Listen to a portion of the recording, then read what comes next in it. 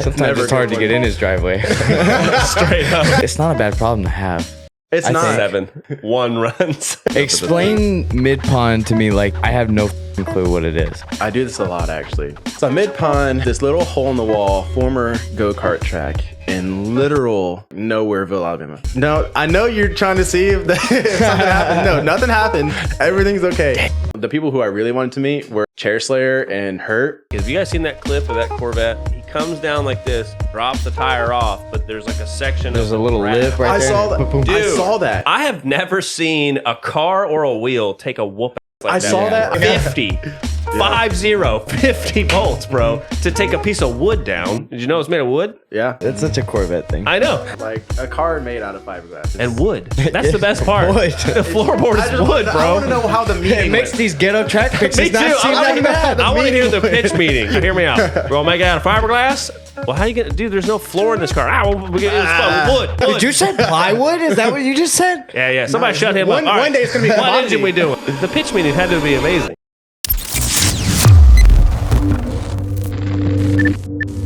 Welcome back to the #1 Drift podcast on YouTube. I am Dawson, I'm Nate. Corey. and welcome back. Yeah. But few announcements, of course. Wiring Specialties is now on board, so we have a 5% off code for you guys. If you don't know, I actually run their harness myself. It's fantastic. Shit plugs right up, and it fucking works. So if you guys need any of that, go ahead and click the link down below, or use code Circle Adrift. But So we also have Rise Fab coming on board. So we don't have any kind of a percentage off at this point. But if you need some work done, I don't know if you want to put them in the yeah, we can put it as a logo. and You can stuff see up. some of the work these guys do. I mean, these guys weld like robots. It's crazy, man. They're really, really talented fabricators. You need to go check them out. So yeah, we'll have some more content on that stuff once my car's back And if up. you don't need work, go give them a follow. Yeah, definitely go follow them for sure. Duh. But Retards. speaking of follow, if you love the content here, go ahead and hit the subscribe button. And of course, hit the like button. It's the best way for us to tell if you actually enjoy it. So if you do want to see the podcast completely ad-free, go ahead and jump down to the description and join the Patreon, because that's where you'll find that, along with some vlogs every once in a while, but mainly ad-free content. But this is Corey, so I'll let him introduce himself a little bit. Hello. My name is Corey. I'm from Birmingham, Alabama. I like long walks on the beach and drifting. The most cliche intro. You know me. Out here with the cliches. Well, tell us a little bit more. Like, what do you drive? You know, I drive a Mustang, Events. a New Edge Mustang. That's kind of my jam. I know to a lot of people, they're like, "Oh, Mustangs shouldn't drift," and the other half of people are like, "Oh, Fuck those people." Yeah, that's what I'm saying. Like the other half They is work. like Mustang jokes. I'm like, this is where all of that comes to be. But yeah, I drift a Mustang. Well, I don't currently drift it because it's blown up. It's getting swapped though. Uh-oh. But yeah, that's my jam. Also Midpond gang, gotta rep the boys. Midpond is the best place in the world. hell yeah. We'll get into that a little bit later, because I personally love that track. But how long did you say you had the Mustang? I think I bought it in November 2020. Yeah. Oh, okay. So it's not crazy long. No, not crazy long, just about 3 years. I think. Yeah. Something like that. Then didn't you daily it at one Yes, point? I did daily it. I dailied it almost the whole time I was drifting it. So that posed some unique issues. And yeah, no. Well, I mean, obviously I haven't driven it since I blew it up, but before that it was a daily mobile, and I tried to drift it on like a $0 budget. Did not work. Did not work at all. What kind of angle kit you got on it? It's stock, dude. Straight up Really? stock, No angle yeah. kit? No, no. Oh, you're the real deal, huh? Do they have bump Just stops? got- I would assume they have bump stops, I don't right? know. No, I mean, I don't know. I haven't, the most I've done to that car is put BC coils on it, which is a very good thing to do, especially coming from like, gotta, Coilovers before he did an angle kit. Get your shit right. That's crazy. Well, Yeah, I that was is on true. lowering springs. Actually, I did a dumb thing and I cut the springs before I got the coils. I want That's to not get dumb. it. We all do that. Yeah. I know. Well, I got bullied a lot by my friends for that, but I was like, yeah, whatever. No. Yeah, we've all been there. It doesn't matter. Yeah, no. It's but it worked a little bit. Like when I was drifting it, it was actually really hard to drive just because like all the bushings were like it's completely stock. Yeah. So it's had like, 20 or so years of just abuse. So the car's really floppy. But, one of my friends. I bet you don't break shit though, right? Well, I did. I mean, besides the engine, obviously. Yeah, Like, everything else was fine. Everything else worked. But, it was just a difficult car to drive. So once I got suspension on it, like it definitely held up a lot better. Yeah. But then, I only had like one event on that suspension. Yeah. And then it popped? Yeah, it popped. Oh, no. It didn't even pop at the track. It popped like on the way home from the track. Like, and it didn't. Oh, that is right. Yeah. Because like what happened was, so like, you ever been to Midpond? There's like a really beautiful like 2-lane road like leading up to it.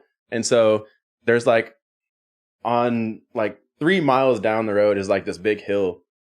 And it started to go. It just like started to stop. And I was just praying that I would get over the hill.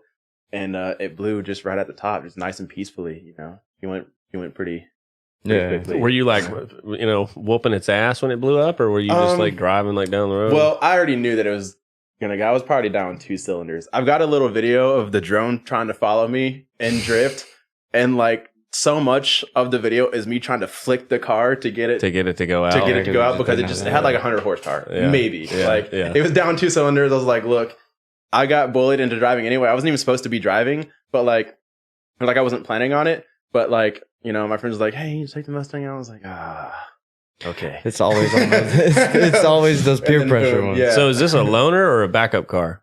No, this is my daily. I just never, my ST. Yeah, that's just my daily car. I just don't ever, post about it. So, okay. You said he used to daily. Yeah. Okay. I was like, my man's got a Focus ST. He's like, fuck it, I'm taking the Mustang. That's awesome. I've got 4 vehicles, and 1.5 of them are operable. Oh, dude, you don't want to hear my story. Sometimes it's hard to get in his driveway.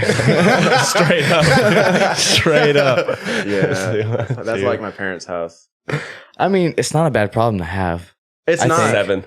Yeah, but dude, look, 1 runs. Just one. You want to run through the story of the 240 real quick? The one that we bought. Yeah, so the internet can be mad that you bought one for dumb cheap. Okay, so I have never paid over $2,000 for an S chassis.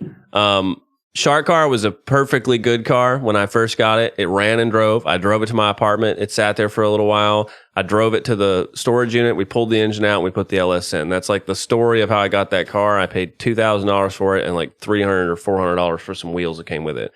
And so then as the S chassis market has continued to inflate, I blame you, Kyle. So because it's continued to go up, it made me mad, bro. I was like, dude, I work on these cars all the time. They are fucking pieces of shit. They're junk, right? Terrible. Like, they're terrible cars. For saying that on the internet a few days ago. It's crazy, dude. It's crazy.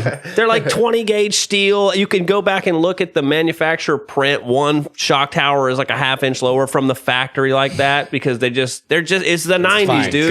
Go. Yeah, nothing from the 90s is good, including me. Okay, so I made a post where we went and picked up a 1993 Juniper Green complete S chassis. It ran. We drove it, right? And so I made a post about it, and I was like, dude, if you pay over $2,500 for one of these sleds, you're an idiot, you know? Okay, and I knew that, because I got a bunch of buddies that have S chassis, so I knew it would do okay. Yeah. Dude, it has 1,000 shares, okay? Oh, my God. Oh, it's like, I don't know what counts as viral. I don't know if 1,000 counts, but to me, from my little profile, that's a lot. You know, I was like, dude, the most shares I've gotten is like 83, and I felt like, Well, what's how many people are in that group? Because then you posted in a group. no, I left the SJC group because they're the worst. Y'all are the worst. They're the worst, dude. You could be on a post talking about sugar, sunshine, and rainbows, and they'll just be like, you know what sucks? You and your S chassis. It's just crazy, dude. I just can't be around that kind of negativity. And I was an admin. I just left.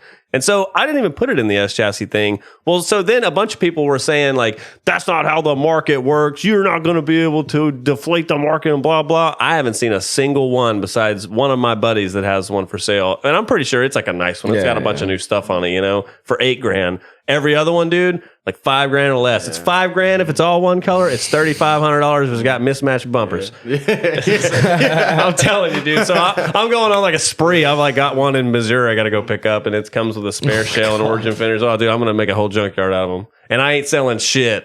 240 museum in the driveway. Yeah. I'm just gonna build a bunch of them and crash them. Oh my god. Yeah, I had to. That's gonna probably be in the title. So. Oh, it was awesome. Yeah, we had to share that. How'd you get into drifting? That's actually kind of a long story, but I'll condense it down just for purposes. I off camera I told Dawson a little bit about the story, but I didn't go into too much detail. But basically, so it was the 45th anniversary Mustang convention, which is basically that's the event that basically started my love for Mustangs. And so it was also my 12th birthday weekend, and so. Like 1, 2? You were 12? Yeah, I was 12. Okay. Yeah. Yes. Big Mustang guy. Big Mustang guy. All right. So, I remember at some point during the day, Mom was like, "Hey, there's a race car driver because he's in a race suit. Go take a picture with him." So we took a picture with him. Ended up being Vaughn Gittin Jr. Oh, sick! Back when he was with Falcon, and oh, I saw this on Facebook. Yeah. I saw this. Yeah. Okay. So I think just from there, I had heard of drifting and I saw him drift, but it didn't like really click with me. It wasn't until like a few years later, I was watching Rob Dyrdek's Fantasy Factory and they had Vaughn on as a guest, and that was my jam back in the day. That was my favorite. Isn't it, everybody? Yeah. Dude. That just was peak internet. 100%. Yeah. And like you don't forget the name Vaughn Gittin Jr. Yeah. So I remember he was like, special guest Vaughn Gittin Jr. He's drifting his Mustang. Now he's with Monster and everything. I was like, yo, I met that guy. He's really cool. So like, that kind of like, I started to like take interest. And then like one day, 2016, I'm surfing the internet. I was super, like I've done BMX, obviously, like everyone in the drifting community does. I started off doing BMX and I saw one of Adam LZ's videos. And I think like one of the only ones where he had like a chest cam. I was like, that's a pretty cool POV. So I watched it. And he had only done like 2 drift events by that point. So I basically followed him, or I found out about him from BMX, and it carried me over into drifting. And that's when I started to click, like, this is the same thing Vaughn Gittin Jr. does. Oh, okay. And so like, it's kind of like a slow roll, but like, I feel like in my life, I was like destined to love drifting. Just all the events that added up, just like. Yeah. One thing leads to another for sure. Yeah. That's very cool. And I got to re-meet him. Initial shock of drifting is what. Oh, 100%. Does that. I got to meet him again, and tell him like, my feelings, just like how I got into it.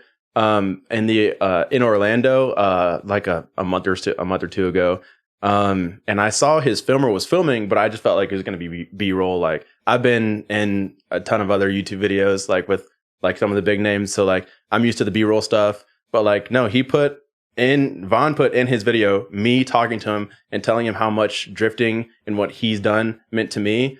And like seeing, like, I didn't even know that was in the video till like a friend reached out to me and showed me a picture of it. And so I went back and watched it, and it just like made my life. That's awesome. He talked about like how like much he loves when people come up and talk to him about that stuff. So it just was like really cool for like the whole resolve to like. You don't always expect bigger names like that to exactly keep the small people in. That definitely I needed that 100%, because like when life gets rough, like you remember those moments. The moments that like you remember what you're doing this for. So I think he knows that. Mm-hmm. For yeah, sure. definitely. He's very cognizant of that. I've always loved that. I think he would have about made him. it this far. Mm-hmm. Plus, his team RTR has literally the powerhouse of drifters on that team right now. So they're the guys. Yeah, the guys, like a dream team, basically. They're them. Yeah, which is pretty crazy to see James. He's him. You know what I'm talking about? They're like, he's him. You know what I'm talking about? Yeah. Oh yeah. You thought I was making a pronoun joke. Trying to get us canceled. Gotcha, bitch. Oh my goodness. I saw one of those the other day. It said, "You into pronouns? Let me she them." I couldn't help it. It is canceled. It popped in my head. All right, so let's see. Actually, I want to get into the Midpond. I do too. That's what I was looking at. Explain Midpond to me, like I have no fucking clue what it is. Okay, I do this a lot actually. I bet. So Midpond is this little hole in the wall former go-kart track in literal like Nowhereville, Alabama. I mean, like not Nowhereville as in like there's nothing around, but it's just like a random place to have. I mean, it kind of it. Well, the nearest parts store is like 20 minutes away. I guess you're right. It's like on the edge of town, but like on that road you would never expect there to be like just a drift track. But it's out in Columbiana, Alabama. which is just south of Birmingham, probably 25 minutes or so. And like I said, it's a former kart track. My friend, my good friend Ken Martin owns it, which if you've never been to Midpond or never heard of Ken Martin, learn about him. He is an absolute legend. I'm not going to go too super into it, but Ken Martin is fucking humble, dude. Ken Martin is awesome. Just one of the best things that has happened to drifting, like as a whole. Yeah, Midpond. It's I think the magic about it is that it's just a little grassroots track. You know, there's nothing special about it. You roll up to it and see it, and like it is a nice scape because it's a track that's been basically carved out from like a forest, and you've got like a few tall standing trees among the track, and just kind of creates this really nice aesthetic, especially for night drifting.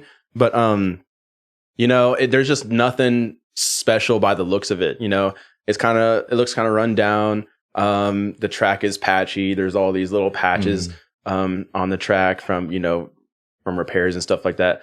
But I think it really and truly, it's the way that Ken runs the track, and the people and the environment and the community that rallies around Ken. Like Ken runs the track so well that we all want to take care of the track to keep Ken in the business, to make sure that the track makes it, because we were kind of talking about this, kind of like an Ebisu aspect of it, where you kind of have that freedom to just, because I don't know if you know, but after you get past the gates at Ebisu, you just have free range, man. You just drive wherever. Yeah, because anywhere else you'll have sessions. Like you don't have that at Midpond. You literally just drive. You can drive 8 hours a day, 1,000 laps if you want to. And just the people, honestly, like my favorite people in the entire world are my Midpond peeps. You know, so I'll rep Midpond till the day I die, probably. You know, that definitely, it being my first drift track, and like the magic that comes with like having first been there. The very first time I showed up, a guy I didn't even know, like just said, "Hey, let's go for a ride." And his name is Jeremiah, and still friends with him to this day. One of my really, really good friends. And and that's just the kind of person he is, but that's also the kind of people that Midpond fosters. It's just such a magical environment. So. Midpond's the only event I've ever gone to that I didn't go knowing someone. So like even like my first event, I knew people there. The first time I went to Midpond, I knew people there. But it was that time that I met you that I knew fucking no one. And everybody was like that. Super fucking humble. But everybody had clean cars and stuff. The track is beautiful. It's like drift heaven, dude. It's definitely on this year's bucket list for my car. I want to take my car out there. It's like, and we just had Drift HQ out there. They sponsored our spring break event, which is the biggest event of the year. It's a 3-day event, camping, night drifting, all that stuff. Usually there's a band. One of the years there was a metal band. This past year is supposed to be my band, but we're not ready yet, so that's a different story. But Drift HQ came out there and just they had a blast. Like, and I know a lot of those guys, so like it was cool seeing them again. And we just partied. We'd had a good time. And they talked about how like they had been wanting to come to Midpond since like Drift Week 2. So to know that like some of these, I guess, big names in drifting are like thinking about my little track that's in my backyard, like that's real special, Oh, yeah, that's very cool. You'll make a lot of track friends stands there. out.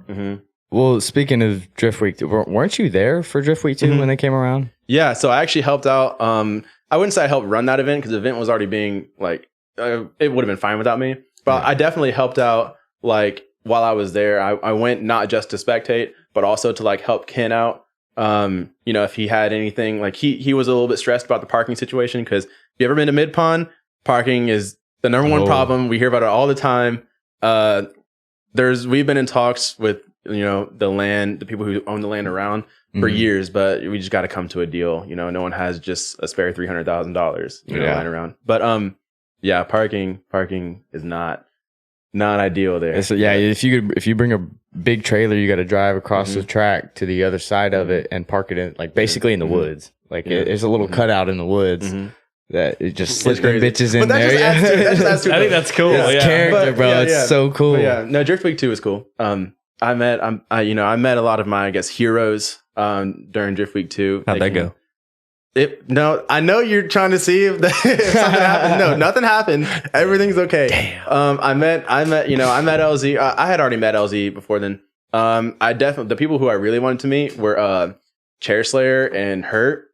They're just I my want to favorite meet people. Hurt so Dude, bad. Hurt is just the coolest. Like, just Yes. like, I'm not even gonna lie to you. Actually, at first, I thought he was my best friend. My best friend, his name is Corin. He's a big black dude. Yeah, A little bit, I know what you're talking a little bit smaller than than Hurt. But like, I rolled up to Midpond. I'm like, wait, what is Corin doing here? Because he doesn't really like to watch drifting. So then I get closer and it's Hurt, and I was like, oh, that's really cool. So yeah, but they're really cool guys. Him and Rob are really, really, really cool. Did you get to look at Chair Slayer's car?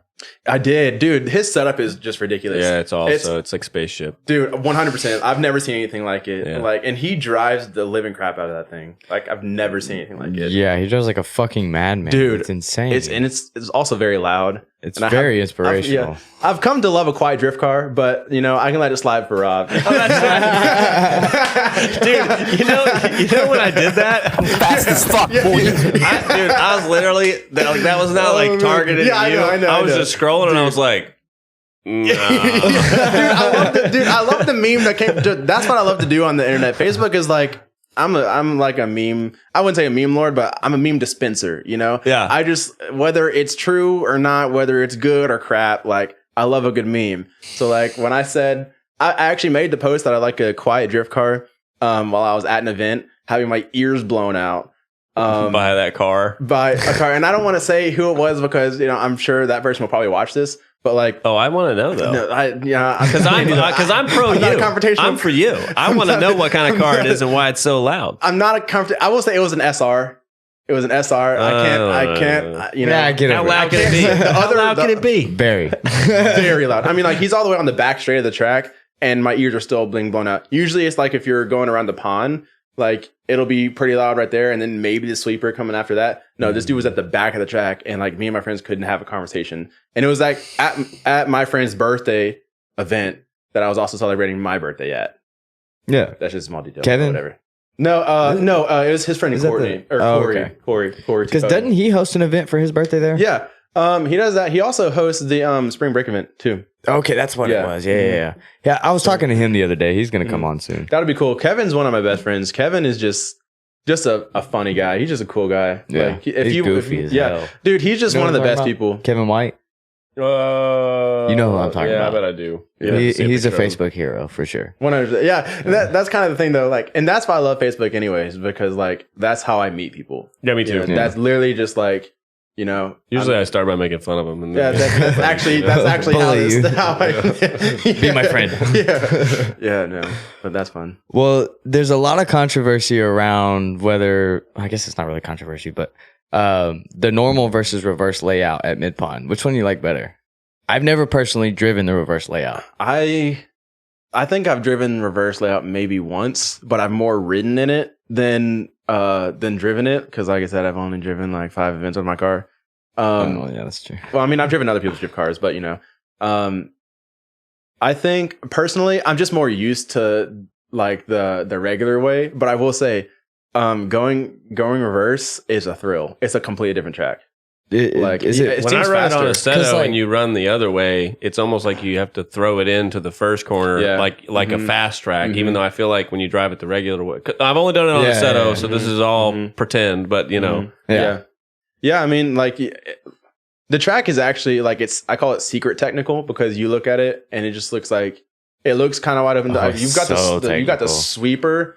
So you see a lot of like the first thing you see is the pond, a sweeper on the pond, and then another sweeper immediately following. Yeah. You don't realize how much of a technical After and that tight track first it is. hairpin or after the pond, that's the sweeper that Yeah. like, if you're in a VQ car, you better be pinned. You have to be as you're coming out of that full hairpin. lead foot. Full lead foot. Yeah, riding the edge, like, I mean, it's all about it. And then as soon as you get to the very end, you're basically just flicking it as hard as you can and Yep. hoping you don't go into the grass. There's some Hail Mary there, and this is why I've crashed a lot out Yeah. there. It helps a lot Yeah. now that they extended it a little bit, like the edges of it. Mhm. But would you consider it the best track in the South? Or I guess grassroots. Yeah. Honestly, I would. I would. 100%. It's like, and not just, I'm a little biased, but like, it teaches you because it's a narrow track and it's technical. Yeah. So like, it's not like it forces you to stay on track. Exactly. You have guidelines Mhm. the entire way. it's instead not of like just you're cones. not dodging cones, you know, it's not like a skid pad. Like you have to, it teaches you to learn and respect the track. Yeah. Because I mean, like I have been lackadaisical about it. Like very first time I drifted was after I hosted a car show out there. The one and only car show that I've ever hosted. I hosted at Midpond. It was like the week before Drift Week 2. But I was finally like sliding the car. And then there's like on one of the turns, like right before the back straight, there's like a mound, and over that mound is like a 15-foot drop. And I hit that mound so hard. I thought I broke the car. I probably knocked the car out of alignment. Nothing was wrong, but like it was one of the hardest hits I've ever felt in my life. And now to this day, I still can't. It looks like the little on the toad course. Yeah, it looks like the toad course little dirt mounds. Mm-hmm. Yeah, at Ebisu. What about the craziest crashes? You guys ever had a rollover out there? No, but let's see. One actually at the most recent spring break bash. This girl Shanna. Now she's a good friend of mine. She and her husband Eric, they're really, really cool people. So they're Midpond regulars. They have matching E46 and E36s. I think their company name is Deadbeat. So I'm gonna give them a shout out. But good for you. Really cool. Well, she hit the embankment and went over it. Like her car didn't like fall down the 15-foot like drop, but like she went like almost all the way over that. And you have to be hauling in order to do that. Like hauling. Like moving the mail. I've never seen it like that. Yeah. I look over in her car, like all I see is like exhaust and taillights. That's crazy. So, and some people like you see some weird stuff too, just because like I remember at the very last like hour of the spring break bash, someone was sliding their car, like coming around the pond, going for when they transitioned for the sweeper. And they went off track just so much, like to drop the rear tire, and it hit the corner of the track, where there's like a little drop off, and it ripped the whole wheel off, dude. That's like honestly, that's probably one of my greatest fears. Yeah, dude. Like, it was gnarly. Like everybody makes fun of me for the fake wheels, and then on top of that, if I was to drop one, and then if it was like at Midpond, if there's like a really gnarly section, it would break the wheel, and then I'd have to eat my hat. You know, like that's exactly. I say that all the time. Shit, like having a wheel fall off. That's what I'm saying, and this is like always my argument for rep wheels. Not just because I'm broke, but also because like I don't want to replace a $3,000 wheel. You know, dude. The most they're gonna break. The most convincing thing that I've seen in the last week. Have you guys seen that clip of that Corvette? It's a C6 Corvette, and I think it looks like he might be at Willow, but he comes down like this, drops a tire off, but there's like a section. There's a little lip right there. Dude, I saw that. I have never seen a car or a wheel take a whoop ass like that. I saw that. I think either this morning or yesterday. Hit. Like. That thing should have ripped. Definitely should have folded. Like, definitely should have 100%. Fucked it up. But not even a freaking dent. And you just got, and you saw he got. Dude, right my boy's a cowboy. He got back in. He got back in. I was like, how? Yeah, I don't know. That's like I saw that, and then I saw the one where that dude hit the wall, and then did y'all see that where the dude was? I don't know if it was Freedom Factory. Oh, was it the S chassis? You know what I'm talking about? Yeah. I was like, and then like he goes to get. I saw off the the picture of it. I didn't see the video. He goes to get off the track, and the car like runs over its own tire, like almost flips over. Yeah, I almost did what LS George did on Chris's channel. Almost the same. Because I was wondering if that's what like had happened. Dude, I don't even know. I was like, because I feel bad because when I crash or if I crash, I don't like get mad because I'm just like, damn, you idiot. You know what I mean? Yeah, You're an idiot. And then, but that guy was mad, you know, and he was like, the wheels dragging around. Got to the right point, dude, and the car said, oh, you want to be mad, huh? Okay. Bye. It's not going to fit me. You're going to look stupid, though. So crazy. Well, tons of people at Midpond like will fly so far off track. I mean, like into the woods. Bro. Like, it's so, really dealing with the mud is the worst part. Yeah, everything else is great. Yeah. I mean, that middle hairpin is kind of a drop off, like a little bit of lip. But I think the back, that 90 in the back left is like that's the 100%. You don't want to hit it. The part that gets me is after you come, like you kind of come up around and you do the really long sweeper and then you backy.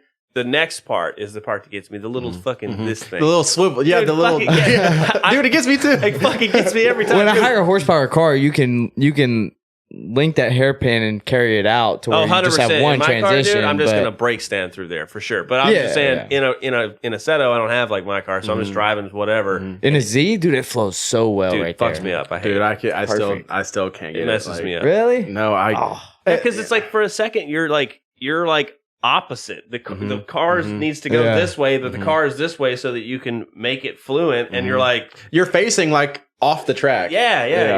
You're the other way. Yeah, I hate that. I hate that spot. But I want to go there in real life to see if I hate it. We'll see. Yeah. What all does Ken have to like handle up there, like other than just the track? Repairs. I mean, there's always something to be repaired. Okay. Clean up the track. We're starting to have more events too. So between drifting, we also have grip days. We just had a moto day out there too. So you've got to deep clean the track, and drifting tears up the track. You know, I'm sure. So after every drift event, he's got to go make his necessary repairs to like the asphalt, and then just like grass work, a lot of grass work. You know, cutting the grass. It's just him and his tractor. So I mean, like, It's so cool though, dude. I mean, like he told me, like, this is why I love Ken so much. And for those of you watching, I will talk about Ken till the day I die. Ken is my legit hero. I've met all the big famous YouTubers. The person that I want to be like when I grow up is Ken Martin. Ken Martin is like just he's just the man. Dude, the way he like finesses all the trailers and stuff. He knows what he's doing. Nooks and crannies. Like there's this little like what are they, like containers? Is it still there? Yeah. Okay, so there's a container like by the fence near the road, and if you go on the back side of it, there's like a pocket back there that you can fit like 5 or 6 trailers back there, and you just each truck just swing them back in there, unload your car, all your shit. And he just carves out space. Just carves out space, and he'll back you in, like, and a lot of times he's like, yeah, some of these guys don't know how to back stuff up, so I've got to take over for them.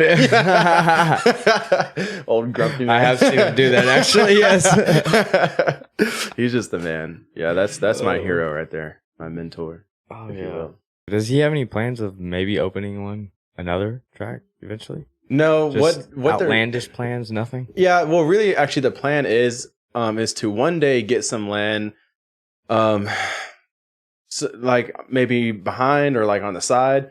It's a timber company that owns all that land. So if we can get a deal going, I'm pretty sure at this point, hopefully I'm allowed to talk about this. We are trying to buy some of that land so that we can either recreate Midpond, but better, like the track, or have somewhere for parking. So if we have parking, then that means we can, like, he can just tear up the track as it sits right now and just redo it where it is. And then have parking like off to the side, or have to the side. That'd probably be cheaper. Yeah. So, I mean, we're just waiting for that company to let us buy, you know. Would he basically do the same layout? Just he would kind do the of same widen layout. it a little bit and do. He would just make, it would be the same layout. He said he wanted like turns maybe a little bit more banked. Nice. And maybe smoothing some stuff up a little bit, but you know, how's tire wear there? I would say you can save tires if you want. Now I've been, since I only have a few events in there, I can't really say much, but my friends. Does anybody bitch about it? I guess. No one. No, it's actually a pretty slick track. I would say no all seasons. Yeah, they will chunk. Yeah, because I don't think it's necessarily a tire thing versus track thing. I think it's just since the hot lap aspect, you get so fucking into it. You'll say you'll go out there for 2 laps. And then you're like, well, 6th lap. I should probably get off track. Yeah. And you go and check your tires, and they're fucking chunked all to pieces. And there's literally a wash down section where you pull off track, and they have a hose set up to where you can get out, spray your radiator down, tires down, all that stuff. The thing about the track is that it's just super inconsistent grip wise. Just with how old the track is, and like all the patches and repairs made. So. Like, and most, like in some sections, it'll be super, super slick. Like even in its driest, it'll just be real slick. And then you have parts like we repaved going like the first half around the pond, and it's like the grippiest part. And like basically what happens is when you get off the new asphalt, it slingshots you. So, because like the old asphalt is super slick, so like you'll build all this speed and you're hooking your car up, and then you get off the new asphalt, and it's just like, whoa. I bet that's a cool feeling. Yeah, so I never liked how it wasn't very grippy around the pond, because that's the one spot where you really want to stand on. Yeah, it, exactly. You're right around the people. It's right in front of everybody, and you get the pond, and you're like, dude, let's go. And that's where you enter too. So you definitely have grip there. You just gotta kind of prepare for like the slideys, pull a handbrake, something like that. Yeah. But like once you figure it out, like from what I've seen, it's it's pretty cool. So what do you think about all the YouTubers going to the Matsuri Ebisu this year?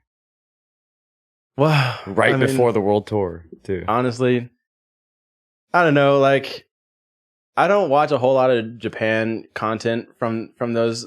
At least not when they're putting it out, just because like everyone films like the same thing basically. Well, I guess I watched like one or two of them, but like, I'm not gonna lie, it just makes me want to go to Japan. Like, me too. I get like, pissed. That's why like them. it's hard for me to watch, because it's like, man, like, and it's not even like I'm not necessarily feeling jealous, but I also kind of am. But it's more so like them and all of their friends. So like Adam LZ, Jimmy Oaks, all those guys, like before even YouTube, like they grew up doing stuff together. So like to have you and all your homies across the world doing something you all collectively love. That's just the vibe. Yeah. So it's hard for me to watch that stuff sometimes, because really it's like surreal. Yeah, because I mean that's the point that I want to get to. Like I've got friends that are drifting right now that are like waiting for me to get my car back together so that we can drift together. And I've got other friends who are in the same position as me, where our car's not together, and we're both like, hey, let's please get our cars back on the track. Shit. Do you guys help each other, or do you do it all? Yeah, we help each other for the most part. Like, one of my best friends, his name is Austin. He's he kind of follows me around in my life. I do like music and other stuff. He's in my band. He's my guitarist. But we also have the same Mustang, and so he got like I took him for a ride in mine, and a week later, like he had the same he had the same car. That's cool. So we work on our cars together, and I've robbed stuff off his car. He's robbed stuff off my car, like and he's the person that I'm with most of the time when I do like car related stuff. So I mean, I'm always down to help friends like when they need me and stuff, but he's pretty much the person that I see that a lot, where like you ride in a car that your friend has or something, and that's normally the route that you end up going. Mm-hmm. Yeah, to kind of go with what you know. Thing. I was really excited. I told him, I was like, dude, this is the best car in the world. I mean, obviously the Mustang was my dream car just because of the story that I told earlier. Yeah. And specifically that year model, but like also it sounds really good with the exhaust. I don't remember like the exhaust kit like specifically, but dude, Mustangs sound awesome. Yeah, exactly. I'm an LS guy. And Mustangs sound like awesome. it sounds so sick. I'm like primo, chef's kiss. So like he heard it and felt it, and like he was like, dude, I've got to get one of these. I was like, please get one. If we had like matching cars, like, so that's what we're trying. So me and Chris and Casey all have the same car, and we swap parts all the time. Yeah, it just works, dude. So Chris runs my old oil pan and my old headers. Casey has my old trans, or he had my old trans. Who knows? I don't. Dude, I'm serious. We trade parts so many times. There's a T56 in our group. This is a real story, by the way. In the Cosmic Garage group, there's a T56. Nobody knows whose it is. We don't know. One of us bought it, ran it, broke it, and it's been sitting in Casey's shop. And we're like, I don't know whose it is. And Yori's like, I don't remember. And it's like, all right, well, I'm gonna pay both of you, and I'm gonna take it, and I'm gonna send it off. Like this is a real thing, dude. It's crazy. So we try to keep our cars as like similar as possible. That way part sharing will just go smoothly and whatnot. Dude, it's awesome. I'm telling you, it's the best. There's no way I could have done it without those guys. Dude, I've already seen it. I'm lucky to where like, even though I haven't been driving for super long, I haven't driven a whole lot of events. I've got so many friends that are in so many different facets of drifting. And I've got grassroots friends. I've got pro level friends. And I basically got to skip the era where you just kind of have to find out the hard way on a lot of stuff. And I like the place where I've landed in with what I want to do with my car and setup and all that stuff, like comes from all of the advice, that I've gotten from a lot of my friends who have been doing this. And so now I know, like, I used to want to like do crazy one-off stuff. I wanted like custom turbo kit for the 4.6 and all this stuff. And are all the headers reversible? I don't know. I really don't know. I've never even taken my headers off. I'll just go ahead and tell you, as a sloppy turbo guy, that's a key component. Yeah, I've seen that too. The amount of times I've heard you say that. I run like 7 horsepower. You gotta be able to flip them. I've never seen a turbo 2-valve with flipped headers. Now it's probably done. Maybe I just haven't seen it. But like, that's the thing though. Like I'm trying to keep it stock. I'm trying to keep it simple. Like I'm not after power. I'm gonna, gear it to a 373, weld it, and just go get seat time. So, whereas I used to just want to do like anything and everything. I wanted to strip my car. I wanted to like, strip it out, gut it out, and a race car, but. No, I'm gonna keep it stock. Okay, interior. good. Yeah, don't do it. That's what I'm saying. Like I went through all those grassroots. phases. I went through all those phases. We're starting to see more of those Mustangs, and I just want to keep the prices down. Oh, that's Scotty D's fault. Yeah, well, I know the Scotty D, John Duncan, like all those guys, the ones making parts for these cars. Thank you, Scotty D, by the way. He's cool. We had him on. Very cool guy. I love him. Yeah, I shared something that Scotty said something about S chassis being crap cars the other day, and I shared it. And I got 'Cause they are. roasted. They are. They're I got completely roasted. There's validity on both sides. That's where I'm gonna stay, dude. They're nostalgic. They're not good cars. There's a lot of parts to make them whatever you want. Yeah, But like as a car as a whole, when it came from manufacturer, like this is my irrelevant not that opinion. good of a car. Yeah, Take all the parts off of it. tin Just can the car. bare chassis Yeah. itself. And like I said, I'm a nobody. Like They're doesn't matter. But like I understand these cars are just Well, see, that's the thing is that Tin you can can. say that, and then they're gonna be like, "Who the fuck are you?" You know, they get all mad. Have It's you like, ever driven well, an S-chassis? yeah, No, I dude, haven't. I have fucking 5 of them, and I still think they're crap. You So know? the fact that They're I just- can't agree because I've got good advice. No, like I said, my friends did roast me and give me some good points. My friend Clay, he definitely put me in my place, Clay Holland, and he told me like, What did talking Clay about say? he was like, oh man, these cars are like the blank canvas for any build you want to do, like, and which is true. Like there's the aftermarket support for S chassis. I've never seen anything like it. That's crazy. Like it's like a Foxbody. Yeah, 100%. It rivals American like domestic cars. Yeah. So like, yes, I see that. Like, if you want to have a relatively cheap, like way to get into motorsports, like an S chassis, most of the time will be your way because you might pay like a premium for like the car, but like there's just parts everywhere. So Okay, so here is my other side of that argument, and I have a bunch of them, and so I'm allowed to say this. Okay, my thing is that. You see these cars, they're priced for $8,500. Mhm. The paint is shit. The Mhm. clear coat is fading. The bushings are rotted. It smells like that moldy S13 bing bong chime in there. You know what I'm talking about? They all smell the same. All that Yeah. sound deadening wet Dude, shit. it's all moldy. Yeah. crap, okay? And you got some guy selling it for $8,500. Mhm. I bet you $5 I could get on Facebook Marketplace and I could find a C5 Corvette that needs minimal stuff to get it fixed for $8,500. Mhm. Okay. And I love C5. So- I'm a C5 guy. I like I'm not. C6 is I know peak an Corvette, S6. but C5 is cool, okay? But I'm just saying, compare the two chassis. Which one do you think is the better car? The one that was race bred from GM, they made it, that's called their racing platform or performance platform, or some fucking rusty 90s shitbox. And your argument, not your argument, but these Yeah. people, their argument is that, well, they make a lot of parts for it. Well, yeah, they make a lot of parts for Fox right. bodies, and Fox You're right. bodies dominate in drag racing. Yes, That they doesn't, do. but you can still find relatively cheap Fox bodies as a platform to start on, not like a done one, you know? Yeah, exactly. And that's what I think that's why people get mad. It's because you got the guy that's got the RB25 Neo fucking An fancy- LZ machine. People LZ think the machine. parts make the price, but Yeah. it's the car that makes the price Yeah. in the market that it's sitting in. Yeah, so that's my thing is like people are like, oh, well, how come they still win FD? It's like, well, because it's a cheap car and they make a million parts for it, so more people drive them and then they put them in FD and then they win. Wow. And then people Wow. see Math, yeah, you know? people it basically it's just like pick your favorite one and then be a fan of that one. Right. Which I'm an S chassis fan. I God. love them. But for when people, dude, this is got to be a real. I'm telling you, I hate this conversation. It makes me so mad. People are like, oh, they still win FD. Like, yeah, they made a bunch of them, bro. If you count Sylvia's, they made 500 fucking thousand of them. Dude. You think drifting killed 500,000 S chassis? Dude. No, they didn't. 1%. 1%. I'd give you 5. Yeah. I'd give you 5%. At best, yeah. That's still, they made way less Corvettes than they made S chassis, and the S chassis guys are trying to tell me that they're worth more money than a Corvette. Go Fuck no. I will say I have seen a ton of dudes go from the progression generally is from an S chassis to a Corvette. For sure. Yeah. And they will all say that the Corvette's just a better drift car. It's just like it's better. a cheater car. It's better. You know? And 50-50 weight yeah. bias. R&D, It's got baby. 400 and something horsepower from the factory. You don't have to do anything. Honestly, the car's like I'm a Ford guy through and through. Corvette is just another animal. They're just so cool. They're especially like a nicely done cool, they C5. sound My cool. favorite. Yeah, I like that it's a muscle car that took a different aesthetic approach. I agree. I think one of my favorite things is it's got a leaf spring. That's hilarious. That's the most American thing ever. It's like, we're going to beat you where you use this truck leaf spring. Fast as fuck, boy. They've gotta have some. They've gotta just find a way to leaf spring everything. Dude, I know.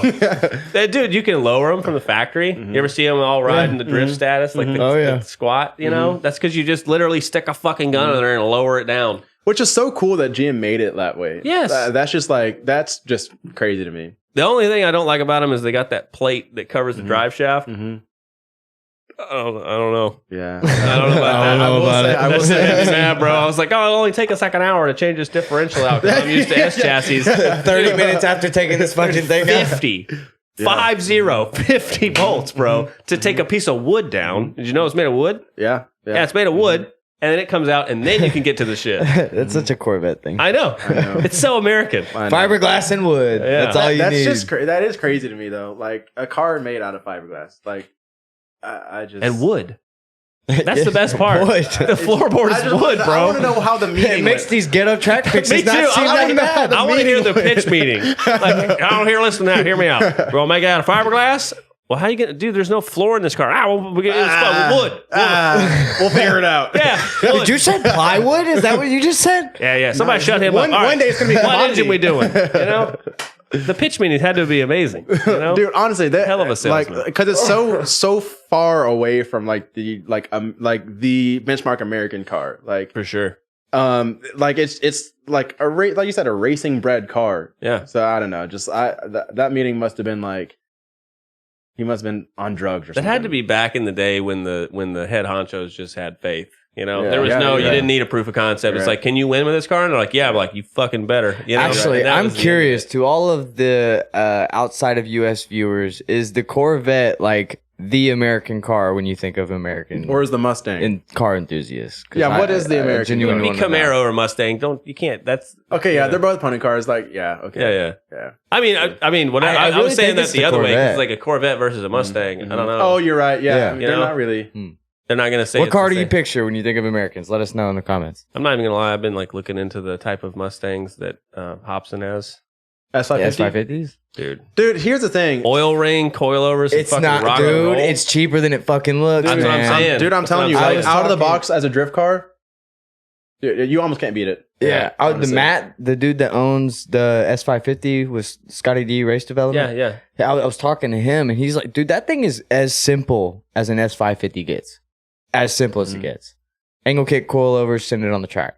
Yeah, see, I've thought about doing that and then keeping my Of other course, car high as girl and like, stuff like that. But you know, like only get the big car out just to go out there and flex, but just Yeah. have a Mustang to drive. See, yeah, Nobody could ever talk shit to me. I got a Mustang, I want a Corvette, and then I'd have an S chassis. Like, whoa, who are you talking to, I've bro? got all of them. Yeah, I covered all my bases, bitch. you know, boat and a big ass truck. I'm set. it is crazy how NASCAR American drifting is, though. Like, Oh, yeah. look at like Japan, even sometimes like European drifting. Like their cars, smaller, more technical. But then you see like American drift cars, and it's just a bunch of muscle cars that are made for drifting. 1,500 yeah, horsepower, just you know. like barreling Got down 4 kits of nitrous on it. They're on like, on like a freaking Talladega sized track. that's why when I see people like, I don't understand how come Adam LZ drove the S15 so good, but he's not as good in the S5 cars, 6 whatever the fucking Mustang was. That's 650. I was like, dude, it has like 3 kits of nitrous on it. What do you He mean? explained it a little bit in the other video, the video of them all driving. Yeah, I the watched it. S15. I was just talking so that they know what we're talking about. Yeah, it's crazy. Yeah, here's the other thing too. Here's the other thing too, and I've said this many times. Okay, so you get a kid, and mind you, before he was in Formula Drift, he was annihilating drift comps. I mean, like I said, I've watched him since he started, which I'm sure many other people did too. Like people forget he was continuously winning these drift comps. Okay, He was at Lone Star all the time. 100%. Like driving he did it. Okay.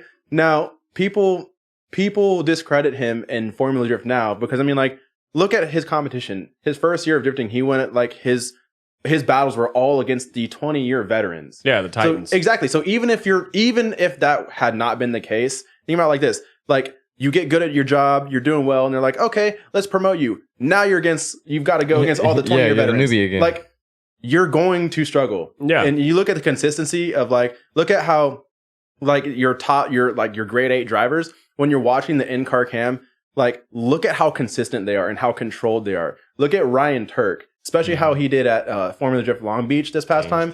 Not another person did better, in my opinion. Yeah. And so, but like, look at these new guys, these new people who even like Jeff Jones, he's been doing this, I don't know, like 11 years, something like that. You can see the difference in driving between like a 20-year veteran, even a 10-year veteran, even like a 3-year veteran. Like, people are so quick to discredit LZ because he's a YouTube guy. Like, I get that, but like, listen, you're going up against like the world's best. Okay. And then he switches to a new chassis, a chassis he has almost like little or no like experience that in. All of the pilots say is super hard to drive. Yeah. And just hooked up basically like a drag car. Like, you're going to struggle. So like, I don't know. And I'm not saying, I'm not like like an LZ like stan or anything like that. I just like look at the logic of it. And like, if I were in that position, I'd struggle too. Forget the name. Just look at what's actually happening. Exactly. Like that stuff just makes me so mad to see people like, oh, kick him off the team. Like, first of all, LZ is never going to get kicked off the team. Yeah. Let's be honest. He does a lot of good for the RTR. For sure. He does a lot of good for drifting. Yeah, he has. And he has a lot to do with why drifting is the way it is today. But Vaughn is a mastermind. He doesn't make himself look like it, but he's a mastermind. Look at the people on his team. He's got Dean, he's got Chelsea, and he's got Adam. Adam has the 2 best drivers that you can learn from. Definitely knows what the fuck he's doing. Yeah, he knows how to put a team together. So, but yeah, that's my 2 cents on the matter. Let's get the best advice you've got for anyone getting into drifting. Me? Okay, so I would say best advice getting into drifting, okay, so I've seen this a lot. And I've had to, and I was kind of hearing myself at first. I touched on it a little bit earlier, but don't make your first drift car a big crazy build. Like, it needs to be a simple seat time car, a stock car. Because here's what's going to happen: you're going to set out to make this. Generally, if it's most of the time you haven't been into like motorsports, so you're starting out with like a stock car. You have not spent a whole lot of time in the motorsports world. So you're going into this in the dark already. So you're going to have this ridiculous build. It's not going to get done in 3 years. You'll have missed all of your seat time. By the time you do get it done, here's the other thing too. You don't know how that car is going to act because it's all like custom. And then so you have no basis to base it on, like as far as how the chassis goes. And so you're just going to be driving. You don't know that you're driving like a crap car. And so like, it just takes so much away from you. Start with a simple seat time car that can get you the seat time and then work up to whatever build it is that you want to do. Because if you try to do this crazy first drift car, oh, I'm going to look so cool, you'll never get out there. Yeah, you just end up like me where I'm building a second car so that I can get more seat time. Exactly. It's not so expensive Or me to run. stuck in a predicament where I just can't drive. Yeah, exactly. So I was fortunate enough to, you know, I had friends that steered me away from that. Like, yeah, you know, so. All right. Good. Hell yeah. In this camera right here, plug all your people. So first, I would like to plug my friends Shanna and Eric. Their brand is Deadbeat. I mentioned them earlier, but I want to mention them just because they're really cool people. And I mentioned them in the podcast, so I want them to get the notoriety from that. We'll put it in the description. Okay, cool.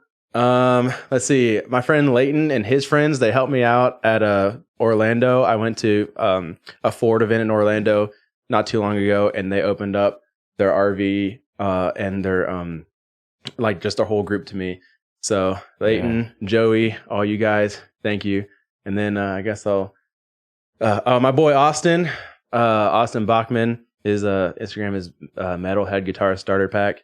He's the guitarist for our band, but he's also the person that does all my drift stuff with me. One of my best friends in the world. He's like a little brother to me. So yeah, I think that's you mom want and to plug dad. your own self? Oh sure. Corey, my Instagram is Legend of Corey, just like Legend of Korra. I love that show. That's a good show. It's not okay. I'll say this just so that no one hoses me. I'm not saying that Legend of Korra is better than Avatar: The Last Airbender because that show is goated.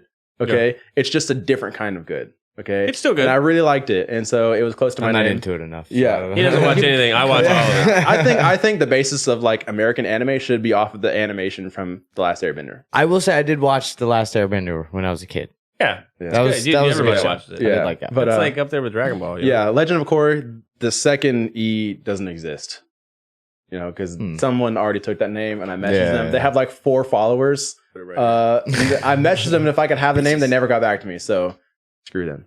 All right. Well, I did want to say I want to give a big shout out to Nashville Metal Art. I know you've probably already noticed it's really in your face, but we got a brand new sign up here. This thing's actually fucking heavy as shit. But don't do that. Yeah, but that's probably not. I know it's got some 370. It's on magnets, and they're not mounted the best because the screws aren't long enough. Magnet? Dude, those magnets are strong as shit, bro. But You yeah, always got to have a little bit of, you know. Oh, yeah. Here? Yeah, you got. yeah, it's got to be a little slop to You it. gotta but- have some shiesty shit. Yeah. But yeah, if you don't know, if y'all need any signs for whether it's business or you just want some signs around the shop or anything, I was telling you a little bit ago, the American flag metal signs with the pledge and stuff on it. You know what I'm talking about? Mm-hmm. That's what he went viral for. That's a crazy. while I never back. would have thought Oh, about So that. nice. yeah. So if Never y'all need any thought. signs or anything, I'll leave him linked in the description. Again, it's Nashville Metal Art. But that's it for this one, guys. Really do appreciate it. See you next week. Peace. Yay!